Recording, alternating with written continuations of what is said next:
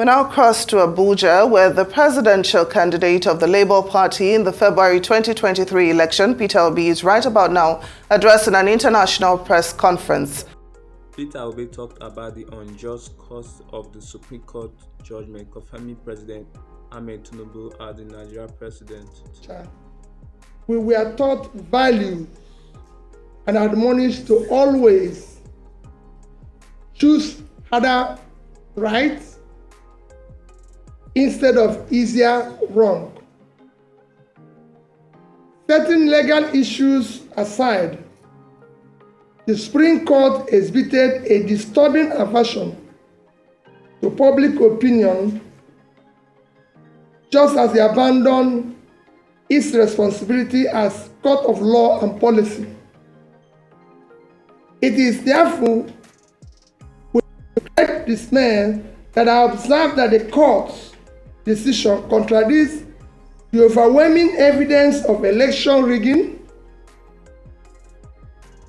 false claim of technical glitch, substantial non-compliance to the rules set by INEC itself, as well as matters of perjury, identity theft, and forgery that has been brought to light in course of this election matter.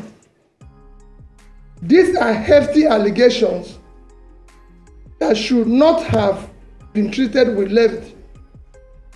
More appalling, the Supreme Court's judgment willfully condoned breaches of the Constitution relative to established qualifications and parameters for candidates in presidential elections. With this counterintuitive judgment, the Supreme Court has transferred a heavy moral burden from the courtroom to our national conscience. Our young democracy is ultimately the main victim and casualty of the courtroom drama. Without equivocation, this judgment amounts to a breach of confidence of Nigerians have in our judiciary. To that extent, it is a show of unreasonable force against the very Nigerian people from whom the power of the Constitution drives. The Supreme Court's ruling may represent the state of the law in 2023, but not present demand for substantive justice. The judgment missed principles and precedents. Indeed, the rationale and premise of the Supreme Court judgment have been clearly brought to light by deep, revealing, and troubling valedictory remarks of Honorable Justice Musa Datijo Mohammed, JSC, on Friday, 27th, 2023. In disagreeing very strongly with the ruling of both the Presidential Petition Court and the Supreme Court on the outcome of the 25th February presidential election as declared by the Independent Electoral Commission, as Democrats who believe in the rule of law, we recognize that the Supreme Court is the end stage of our quest for legal closure on this matter. As a party and candidate, Daddy and I have now exhausted all legal and constitutional remedies available to us. However, this end is only another beginning of our quest for vindication of hope of the common man for a better Nigeria. After all, sovereignty belongs to the people, if only for historical purposes. It behoves us to place our disagreement with and deep reservation about this judgment on public record. We have long been aware of how weak the national institutions have negatively affected our democracy. This year, 2023, has been quite remarkable and revealing.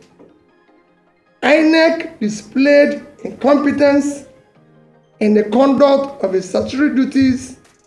The judiciary. I love the charisma of Peter Obi and I hope for a better Nigeria. Political expediency has preceded judicial responsibility. A mechanical application of technicalities has superseded pursuit of justice and fairness. Both INEC and Supreme Court,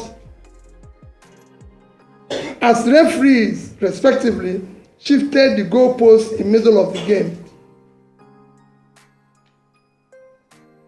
Where the value and import of INEC and recent Supreme Court ruling ends is where our commitment to a new Nigeria begins. Our mission has been more about anchoring a new Nigeria, and it remains unchanged. It is a nation where things will work, where the country will be led from its present waste and consumption orientation to a production-driven economy. Our commitment is to a nation anchored on principles of prudent management of resources, to quickly pull millions out of multidimensional poverty, ensuring transparency and accountability in equitable distribution of opportunities, resources, privileges. In the new Nigeria, we aim to address all unmet needs by showing compassion for all those left behind by the present system. Going forward, we in Labour Party and the Obedient Movement are now effectively in opposition. We are glad that the nation has heard us loud and clear. We shall now expand the confines of our message of hope to the rest of the country. We will meet the people in their places where they feel pain and answer the needs for hope. At marketplaces, motor parks, town halls, boardrooms, university and college campuses, we will carry and deliver the message of a new Nigeria. As stakeholders and elected Labour Party officials, we will remain loyal to our manifesto. We will continue to canvass good governance and focus on issues that promote national interest and unity and cohesion. We will continue to give primacy to our Constitution, rule of law, and the protection of other liberties. We will offer checks and balances and will vie robustly in forthcoming elections to elect those who share our vision of a new Nigeria. Given the present national circumstance, there is compelling need for a strong political opposition. We shall therefore remain in opposition, especially because of the policies and governance modalities that we in Labour Party campaign for, especially the issue of reducing cost of governance, moving the country from waste and consumption to production, reducing inflation, ending insecurity, promoting the rule of law, guaranteeing the responsibility to protect and stabilize our national currency are clearly not the priorities of the present administration, nor is it interested in achieving sustainable development goals. It has one thing that has gladdened my heart in course of the struggle in the past 18 months. It is the passionate desire of our people, especially young Nigerians from across ethnic, and religious divides to construct a new and restructured Nigeria that will work for all Nigerians.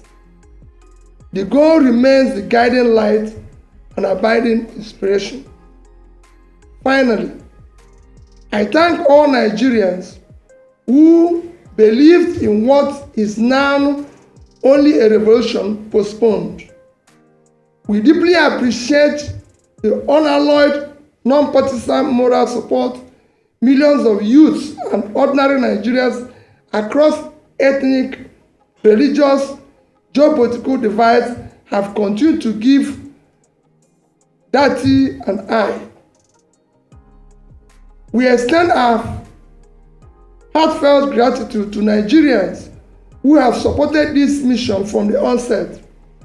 We salute the leadership and members of Labour Party, the Obedient Movement, the Obedient Presidential Campaign, Nigerians in diaspora, support groups, and all people of goodwill who worked diligently and hoped for realization of the beginning of new Nigeria in this election cycle.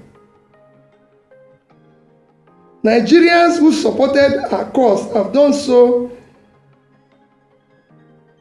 out of patriotism and their sincere conviction that our nation requires and deserves dedicated and visionary leadership who will lead Nigeria toward a brighter future. The energy and dedication of Nigerian youth and obedient movement have been simply amazing. I appreciate and salute them. I want to assure them that this is not the end of our journey, but in fact, the beginning. Nigerians heard you. The world have taken note and will not forget easily.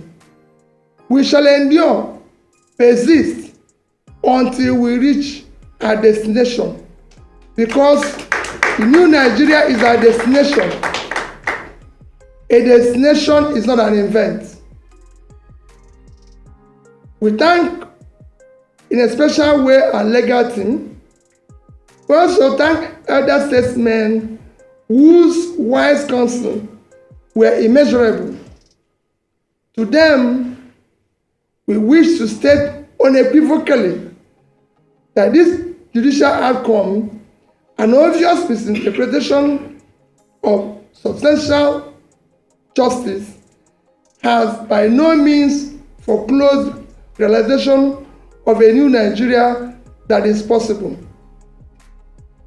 On personal note, I take pride and express gratitude to those who share our vision, who have exhibited rare courage to challenge the nefarious system, the genuineness of individuals, identities, and their defining and qualifying particulars up to the highest extent allowed by law.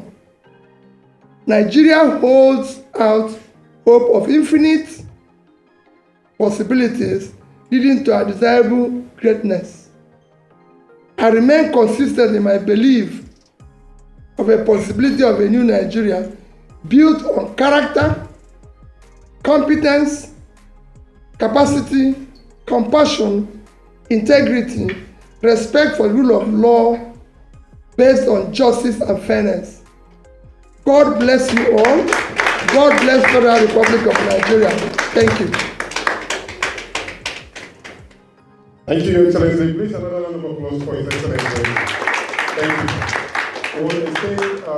The Excellency will entertain Labour questions. Party presidential candidate Peter Obi has addressed the media for the unjust case by the Supreme Court for confirming President Bola Ahmed Tinubu at the 2023 failing to carry out its duties of conducting free and fair election. He, however, says his vision to unveil a new Nigeria that is productive, corruption-free, equitable and just remains intact. This, he believes, will be achieved by the Labour Party and the Obedient Movement playing its role as a viable opposition party while calling for good governance, rule of law, offering checks and balances against the excesses of the present administration. Peter Obi ended his press conference by thanking all Nigerians who supported his candidacy, adding that the Supreme Court ruling only marks a revolution postponed as the struggle to build a new Nigeria continues.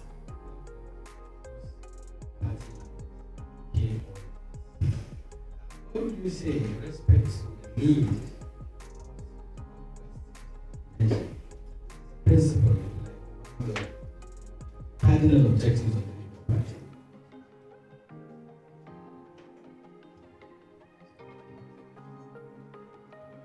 Well, thank you very much. It's meant for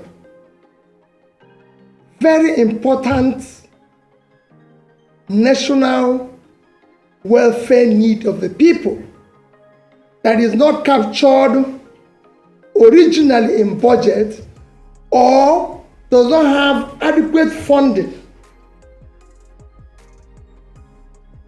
I'll give you an example. Nigeria today, we've read it in the past 1 week for United Nations World Food Organization that 26.5 million Nigerians will go hungry next year. This is an issue of national importance that we can go for supplementary budget. But we have a supplementary budget where we are mentioning issues of yachts, SUVs for First Lady's office, shows to the extent that its government is totally uncaring and we're in deep problem. It shouldn't be part of that. In fact, bringing in First Lady's office, which is not in our constitution, is even more troubling. All funds meant for First Lady's office should be allocated and addressed to dealing with the girl-child issue of education, to deal with the issue of education of the girl child in Nigeria. The First Lady is there to look after the husband and work with him and everything to ensure that everything works well. So for me, the other one you ask is the issue of SUV for National Assembly. Again, I can put it in the same basket that I put the earlier one. It's very troubling. The SUVs for both houses will cost in region of, I think it's in the region of about 60 billion, if I'm right. Nigeria today, our primary health care today is collapsed. Which consequently, Nigeria now have higher infant mortality than India, a country that is 7 times our population. For you now to use funds that is higher than the fund allocated to primary health care to buy a car for 400 people, it shows height of insensitivity. And we have a way we can buy a more competitive vehicle and everything for them, even from locally made, and most of them, even in the Senate, are people who already have cars. We don't really need to buy vehicles for them because some of them are my colleagues, ex-governors and everything. Do they need new cars again? It is time we must check and show responsibility to what is happening. People, Nigerians, are already scamping for food from waste bin, and we're doing this. It shouldn't be. And I can go further to give you an example of how I handled it even when I was governor. So it's not the first time. When I became governor, I found out that the justices of High Court don't have cars in Anambra State. The permanent secretaries don't have cars. And when I became governor, they ordered for me 2 bulletproof vehicles. And I said no. Collect the money back, paid it to PAN, and said supply us 60 406 cars. 18 to the justices, 18 to PAMSEC, few to the commissioners that are appointed. The rest became my deputy governor and myself. Throughout my first term, everybody in Anambra said that I used 406. Nobody, but it was meant for 2 bulletproof cars, the money we used to buy these cars, and nobody killed us in that 4 years. So it is time for us to use money. Thank you, Mr. Nigeria. My name is Georgina. Now that the Apex Court have passed the final judgment, how do we build a nation to avert this court cases?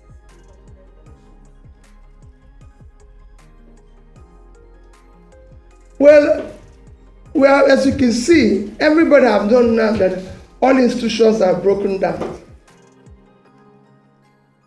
Like it's been now shown, it is now for all of us to work hard together to ensure that we save the country. Those who are in office do the right things. Those who are in opposition should ensure that the right things are done.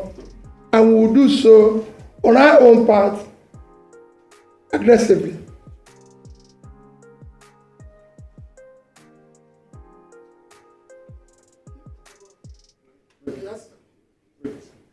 Right.